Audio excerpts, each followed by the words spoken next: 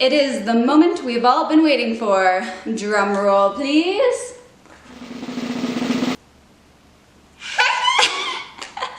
How to create your very own curly hair routine. This is the last video in my Natural Hair Care Basics series where I put all of the knowledge from my previous videos together to help you create your very own curly hair routine. If you have not seen the other videos in this series yet, I will link them in a playlist down below. But let's get to creating our own curly hair routines.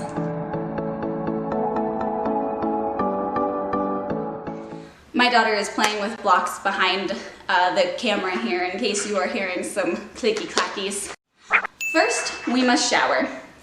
Curly Girl friendly shower products that we will need to acquire include 1 shampoo, 1 conditioner, 1 deep conditioner, 1 protein treatment, and 1 clarifier. Here is an example of my preferred shower products to help get you started.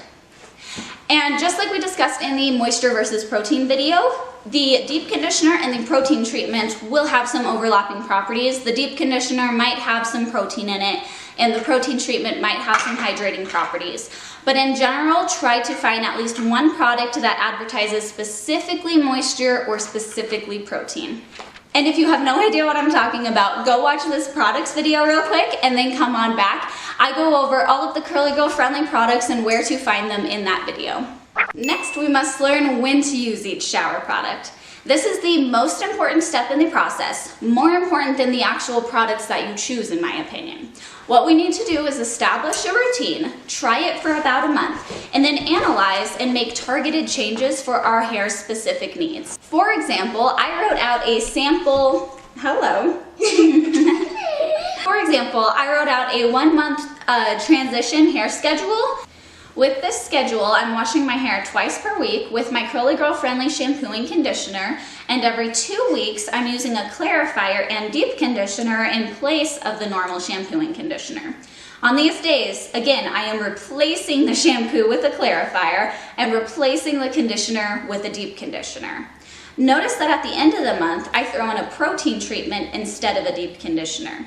Now, please don't follow this exactly thinking that it's gonna fix your hair. It's not. This is going to have to be modified for every specific person and their lifestyle and their specific hair needs. But it's just an example to give you a starting point and an idea of how often each step should be done. So try writing out a calendar like mine that fits your specific needs. And I promise it doesn't need to be perfect. In fact, it won't be. This is going to change so many times throughout your hair transition journey. Now go grab a pen and paper or a calendar like mine and write out your plan.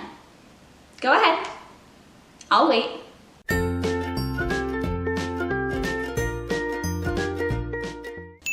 Now, after your first month, reflect on how your hair feels and looks on a weekly basis.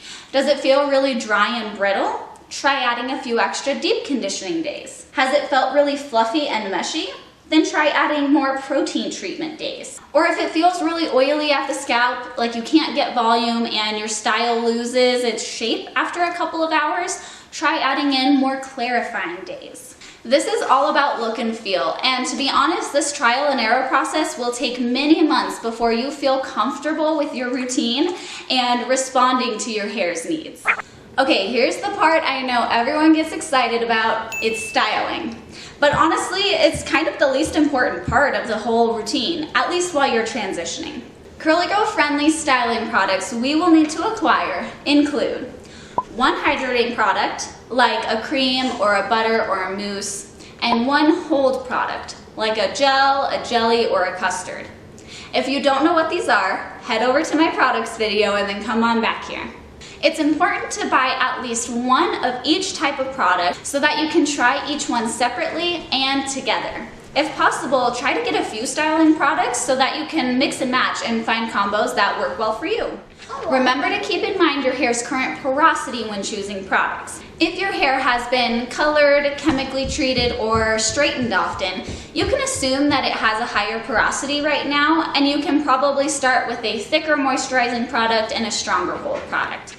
I really don't recommend stressing over the styling process while you're transitioning because the wash days are what's going to make the biggest difference in healing your hair.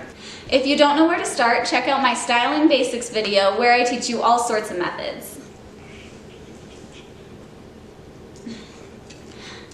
Now we need to learn as much as we can about our hair. Ways that you can learn about your hair are to get a curly haircut, which I talk about in this video, do a microscope hair analysis, which I talk about in this video, and take the naturally curly hair type quiz, which can give you an idea of all sorts of attributes of your hair right now. Attributes. There is so much information out there, so make sure you're vetting your sources to find reputable information about natural hair care. This is the part that I find really fun, but if you're not so much into the research process, I made a list of great websites, blogs, YouTube channels, and Instagram accounts in the description box below to help get you started. And the last thing I recommend when transitioning and creating a natural hair routine is to try to adopt a healthy lifestyle and consider adding vitamins to help jumpstart your hair journey. Almost done. Oh, thank you. Very good job. Thank you, honey. You are doing a great job too. I take a daily hair, skin, and nail vitamin by Nature Made, but prenatals can be great, hair growth vitamins can be great. Consider if adding a vitamin sounds like something that might benefit you, and then shop around, compare, and choose one that appeals to you. Our hair and skin reflect a lot of what is going on inside our bodies. Help your hair and skin shine from the inside out by adopting healthy eating habits that include lots of water, fruit and veggies, and healthy protein sources. It can also be helpful to start keeping track of how often you are exercising, whether you walk the dogs, go swimming, hiking, bike riding, jump on a trampoline, do jump rope, yoga, whatever it is for you. Try to monitor and make sure that you're getting your body moving at least once a day. And I promise your hair and skin is going to positively reflect that activity. All right, I'm done trying to inspire you for now. Hopefully you found this video helpful, and good luck with your first month of wearing natural hair. Oh, it is so exciting, and I know it's a little bit scary too. I promise it gets easier as you go. So give yourself and your hair time to learn and adapt to these changes, and in no time you'll be telling other people how to embrace their natural beauty as well. As always, have a great rest of your day, and adios. Hey Callie, do you want to come say adios? Adios!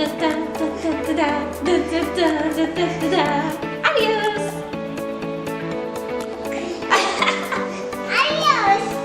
Good job.